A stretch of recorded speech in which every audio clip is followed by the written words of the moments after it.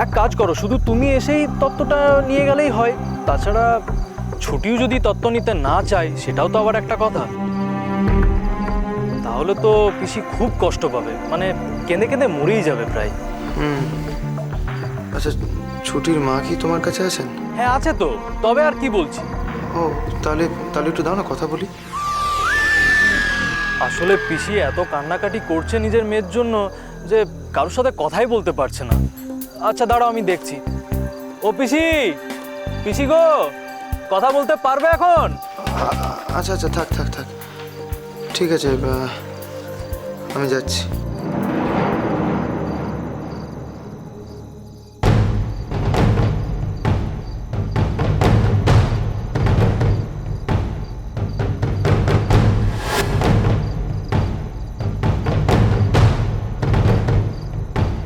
কিরে সর্ব, আরে ছুটি তো এখানে, তুই তখন থেকে ফোনে কার সঙ্গে কথা বলছিস? আপনি একেবারেই ঠিক বলেছেন। কার ফোন রে? তোরা না মেজনি, আসলে আত্মীয়র ফোন এসেছিল। তোরা একটা কাজ কর, তোরা একটু খাবারের বন্দোবস্তটা কর, আমি এখানে সবাইকে নিয়ে আসছি। ঠিক আছে, কেমন? চল যা, শোন। তাড়াতাড়ি। মেসমনি,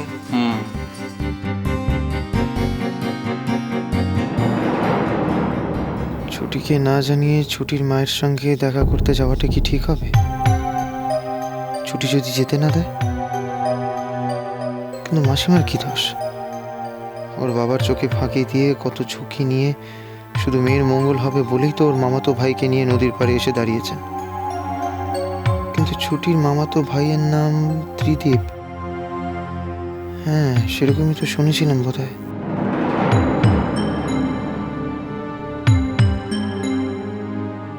কি গো, তুমি এখানে একা একা দাঁড়িয়ে আছো কেন?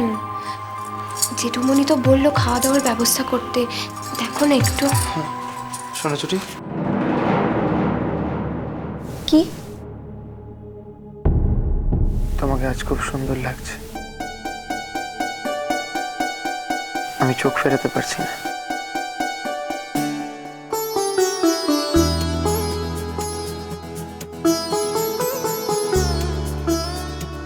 আচ্ছা হয়েছে, চারপাশে লোকজন আছে,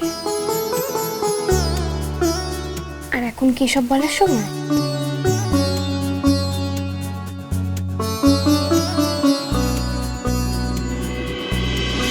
এই শোনো, কি?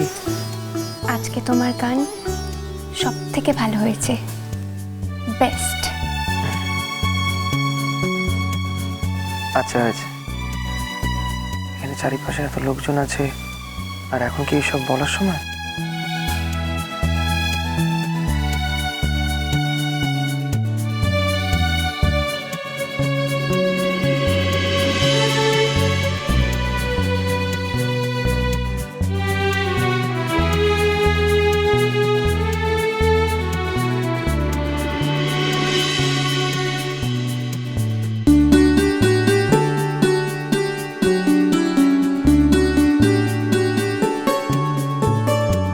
নতুন বউ, আয় আয় আয়, হেতা তাড়াতাড়ি করে আয় দেখিনি, তাড়াতাড়ি করে কাজগুলো সার বাপু।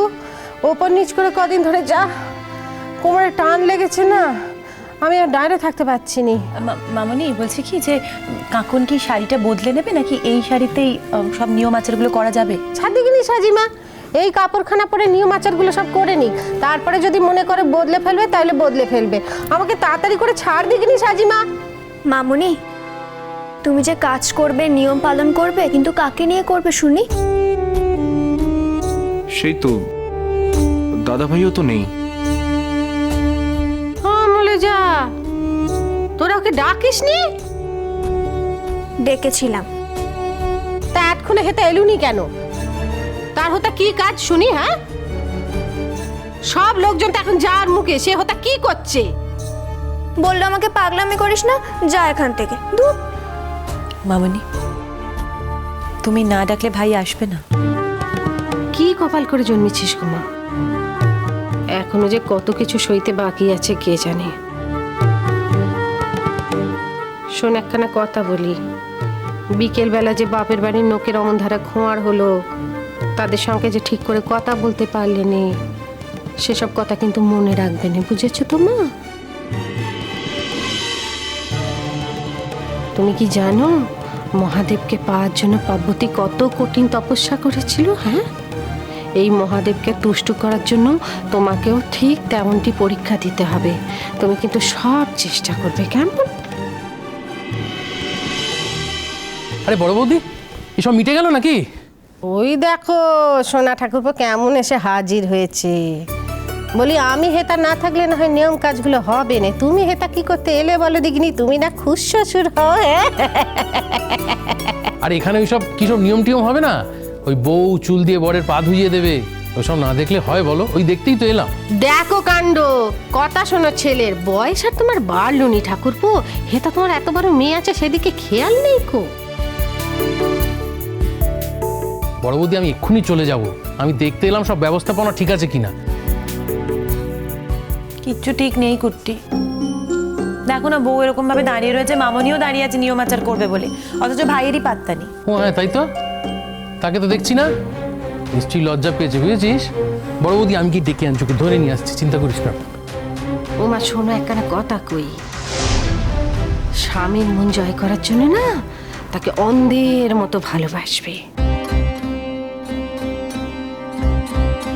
সে ঠিক বলুক ভুল বলুক কোনো প্রতিবাদ করবে নিকো। একদিন যখন সে তোমার হয়ে যাবে, যখন সে প্রাণ দিয়ে তোমায় ভালোবাসবে, তখন তাকে সব বুঝে সুঝে বলে ভুলগুলো শুধরে দেবে। আমি জানি এত কথা বলা আমার সাজে নিকো, কিন্তু কেন বলছি বলো দেখিনি? আজ আমি পারিনি বলে যে তুমিও পারবে না তার তো কোনো মানে নেই গো, তাই না? যাবো না বললে তো শুনবো না। না, আমি এটা এতক্ষণ দাঁড়িয়ে আছে এখানে। জিয়া, সর এখান থেকে। বরকনেকে একটু পাশাপাশি দাঁড় করিয়ে দেখি কেমন লাগছে। এসব করো না, ভালো লাগছে না। চাঁদ বাবা, ভালো লাগছে না বললে তো চলবে না। তোমার যেমন ভালো লাগছে না, আমাদেরও ভালো লাগছে না। তাড়াতাড়ি করে নিয়ম কাজগুলো করে আমায় ছাড়ো দেখিনি। দেখি কাকুন, খোপাটা খুলে চুলটা ছেড়ে দাও তো।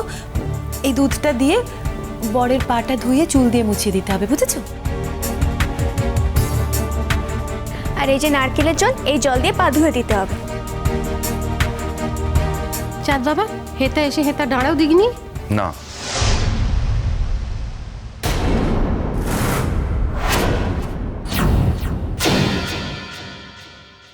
না মানে? না মানে ওইসব করতে আমি পারবো না। শর্তের বিয়েতে এই সমস্ত করো না মামুনি। নিয়ম কাজ তুমি করবে না? শোনো মামুনি, আমি বললাম তো যে আমি এই সমস্ত চাই না। এবার যদি তোমরা তাও আমায় জোর করো, আমি বাধ্য হব এখান থেকে ড্রয়িং রুমে চলে যেতে।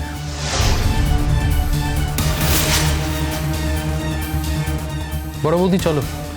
ওর যখন এত আপত্তি, আমাদের এখানে থেকে লাভ নেই। কি রে, দাঁড়িয়ে আছিস কেন? চল, এখানে কিছু হবে না, চল চলে।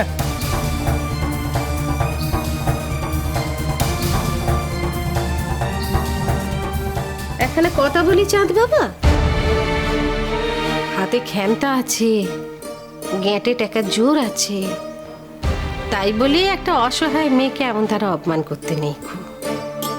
তুমি যদি এমন ধারা ব্যবহার করো, আমার মনটায় কতখানি কষ্ট হয় বলো দেখিনি। তাছাড়া আজ যাকে তুমি অপমান করছো, কাল যে সে তোমাকে সেই অপমানখানেই ফিরিয়ে দেবে নে, তা তো কোথাও নিকা নেই গো।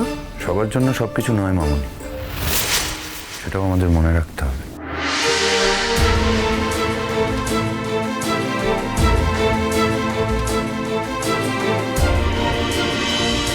না, আমি তো অপমান করছি না।